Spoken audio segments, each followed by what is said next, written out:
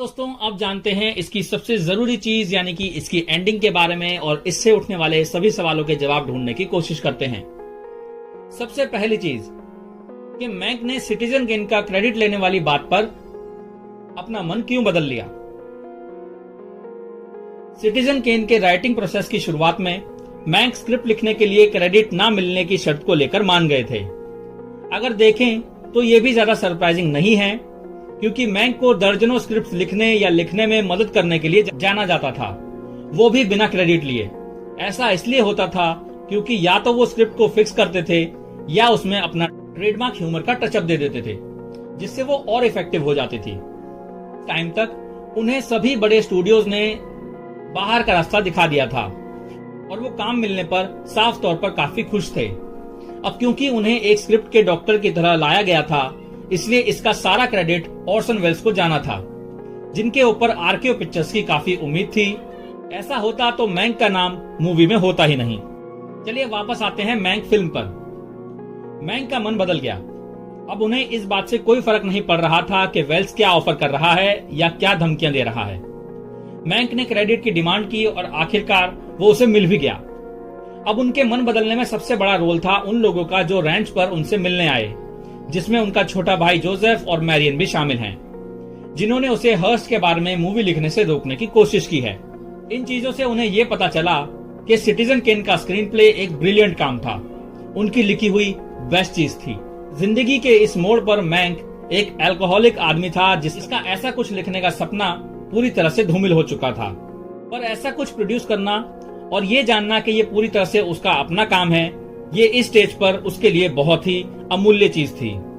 और इतने साल खुद को बेकार समझने के बाद ये चीज उस किसी भी चीज से ज्यादा बड़ी थी जो वेल्स या आरकेओ स्टूडियो उसे दे सकते थे। मैंक के लिए ये स्क्रीन प्ले से कुछ ज्यादा बन गया था और इससे ये रिप्रेजेंट किया गया कि वो उससे कहीं ज्यादा था जितना हर्स्ट, मेयर और एमजीएम के बाकी लोग उसके बारे में सोचते थे। चलिए अब समझते हैं उनकी स्पीचेस का मतलब क्या है। पहले आते हैं ऑर्सन वेल्स की स्पीच पर। मैंक, यू कैन किस माई हैव। जैसा कि हम जानते हैं, सिटीजन केन को कुल 9 अकेडमी अवार्ड्स के लिए नॉमिनेट किया गया था, लेकिन इसे सिर्फ एक अवार्ड मिला, बेस्ट ओरिजिनल स्क्रीन प्ले का। इसमें 8 में ऑर्सन वेल्स अकेले जीनियस थे, लेकिन उन्हें वही अवार्ड मिला जो उन्होंने किसी के साथ शेयर किया था, पर वो दोनों ही अवार्ड लेने के लिए वहां नहीं पहुंच पाते। मैंक में हमें मूवी इट्स ऑल ट्रू की शूटिंग के दौरान एक रेडियो ब्रॉडकास्ट सुनाया जाता है, जिसमें वो अपने को राइटर को एक मैसेज देते नजर आते हैं। वो कहते हैं, मैंक, यू कैन किस माई हैव। साफ तौर पर यहाँ ऑर्सन हंसी मजाक में ये कहना चाहते थे किस माई। उन्होंने इस लाइन को दोबारा यूज किया जब उन्होंने रियो से मैंकी को एक नोट भेजा, जिसमें उन्होंने लिखा, dear Mankie, here's what I wanted to wire you after the Academy dinner. You can kiss my have. I dare to send it through the mails only. Now I find it possible to enclose a ready-made retort. I don't presume to write your jokes for you, but you ought to like this. Dear Orson, you don't know your half from a hole in the ground. Affectionately, Orson. ये और comment हमें एक चीज समझाते हैं कि इस statement में हमें मैंक के लिए एक अफेक्शन नजर आता है, जो चीज वो आमने सामने नहीं कर पाए थे। इससे मैंक के उस नजरिए की भी निंदा होती है कि सिटीजन केन की राइटिंग में ऑर्सन इन्वॉल्व नहीं थे, जबकि वेल्स अपने नोट में इस बात को एक्नॉलेज करते हैं कि वो मैंकविस के लिए नहीं लिखते हैं। ये जाहिर है कि ज्यादातर लोग किस माई हैव स्टेटमेंट को डिसरिस्पेक्टफुल तरीके से देखते हैं, पर डायरेक्टर कहीं ना कहीं खुद को भी इसका हाफ क्रेडिट देने के लायक मानता है। और एक तरह से देखें तो सच में आधा स्क्रीन प्ले था तो उन्हीं का ही। वो चाहते थे कि मैंक भी इस बात को एक्सेप्ट करे, पर इस बात से वेल्स को ज्यादा फर्क नहीं पड़ रहा था। अब समझते हैं हर्मन की ऑस्कर स्पीच को। ऑर्सन वेल्स की छोटी सी स्पीच के उलट मैंक थोड़ी लंबी स्पीच देते हैं। वो ऑस्कर हाथ में लेकर कहते हैं, मैं बहुत खुश हूं कि मुझे अवार्ड उसी तरह मिला जिस तरह ये स्क्रिप्ट लिखी गई थी, यानी कि ऑर्सन वेल्स की एब्सेंस में। House that? जब उनसे पूछा गया कि ऑर्सन वेल्स का क्रेडिट में शेयर क्यों है, तो वो रूखेपन से जवाब देता है, well that my friend is the magic of the movies. ये लाइन आज भी हॉलीवुड की ओल्डेस्ट डिबेट्स का परचम लहरा रही है।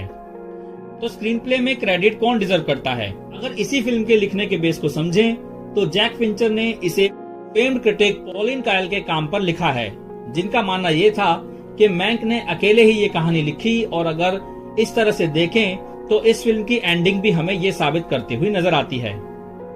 लेकिन अगर मैंक के प्रोडक्शन की ही बात की जाए तो इस फिल्म का क्रेडिट भी अकेले जैक को नहीं जाना चाहिए, क्योंकि डेविड फिंचर और एरिक रॉथ ने इस स्क्रिप्ट को पॉलिश करके वेल्स के पक्ष में थोड़ा ज्यादा सिंपैथेटिक बनाया है। क्योंकि वो खुद डायरेक्टर हैं, तो वो इस चीज को बेहतर तरीके से समझ भी सकते हैं। तो आप हिस्टोरिकल एविडेंस देख लें या मैंक फिल्म को ही देख लें, दोनों से ही पता यही चलता है कि वेल्स ने मैंक की कहानी में कंट्रीब्यूट किया था, भले ही शब्द लिखे मैंक ने हो। ऐसा इसलिए क्योंकि ऑर्सन ने उसके आइडिया पर काम किया और प्रोडक्शन में काफी चीजें रिवाइज की, और इस लिहाज से देखा जाए तो मैंक की स्पीच इस बारे में कम थी कि क्रेडिट किसका है, और इस बारे में ज्यादा थी कि ये स्क्रीन प्ले लिखना उनके लिए कितना मायने रखता है।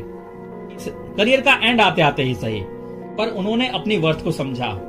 ये ऐसा काम था जो उनके लिए फेयरवेल की तरह हो सकता था, और एक तरह से देखा जाए तो हुआ भी ऐसा ही, जैसा कि एंड में दिखाया भी जाता है कि उन्होंने इसके बाद ज्यादा कुछ नहीं किया।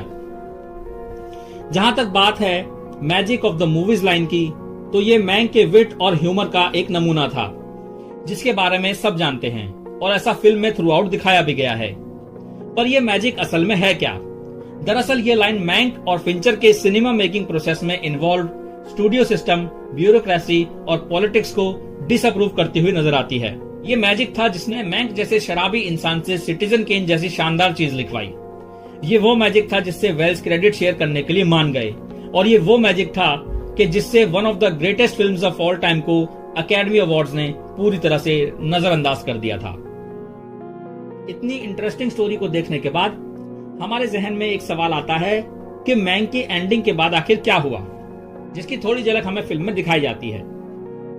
सिटीजन केन के बाद भले ही मैंक को ज्यादा फायदा ना हुआ हो, पर उनके छोटे भाई की इसके बाद किस्मत खुल गई थी।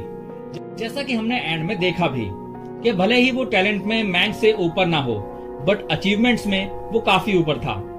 उसने द फिलाडेल्फिया स्टोरी प्रोड्यूस की, जिसे ऑस्कर बेस्ट पिक्चर के लिए नॉमिनेट किया गया।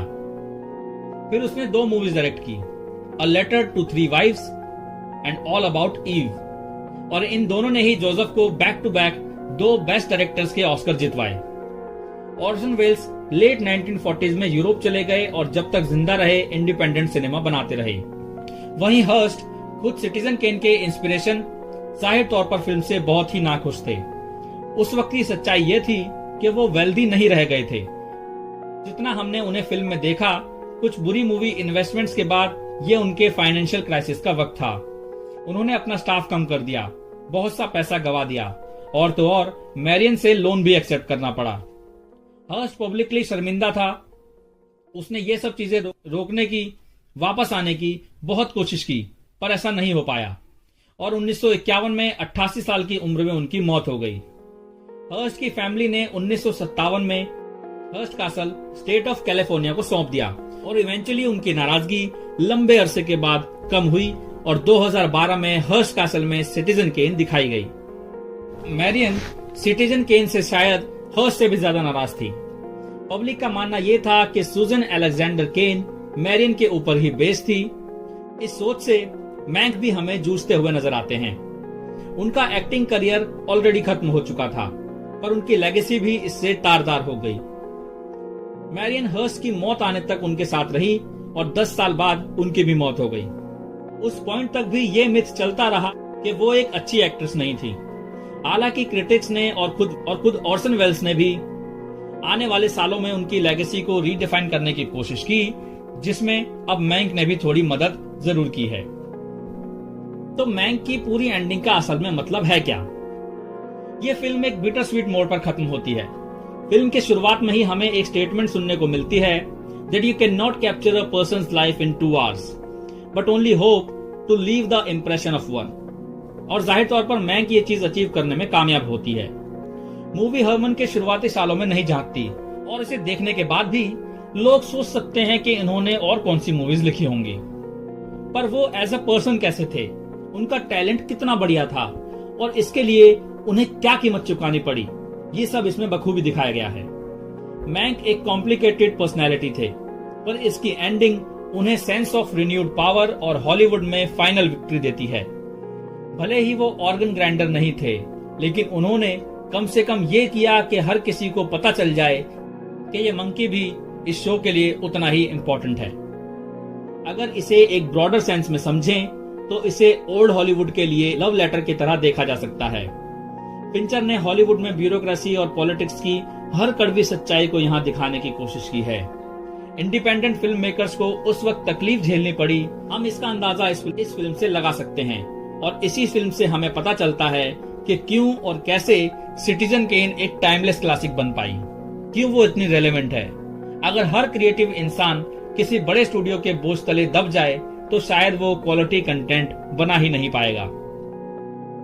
और आखिर में मैं यही कहना चाहूंगा कि मैंक हमें दिखाती है डेविड फिंचर मूवीज से तो प्यार करते हैं, पर वो हॉलीवुड से प्यार नहीं करते।